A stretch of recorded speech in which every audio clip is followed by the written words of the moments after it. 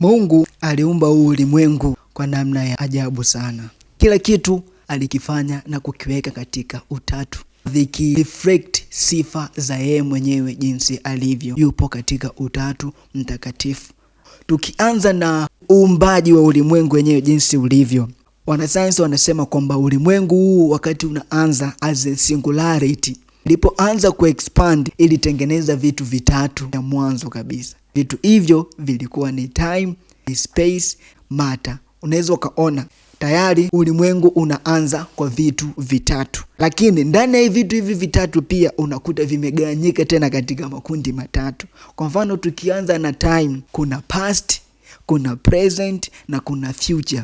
Ukija katika space, ili uweze kuielezea space lazima utahusisha pande tatu ambazo tunaziita dimension 3D kwa maana ya x, y and z, na matter ina exist katika utatu kwa maana ya solid, liquid and gaseous state. Hili swala la tunaloliamini kwamba Mungu ana exist katika nafsi tatu hai lakini Mungu ni yule yule, ni swala ambalo halina ubishi, kwa sababu kama unaweza ukaamini maji yanaweza yakaexist katika 3 states, kinakushinda nini kuamini kwamba Mungu anaweza akaexist kama Baba, kama Mwana na Roho Mtakatifu?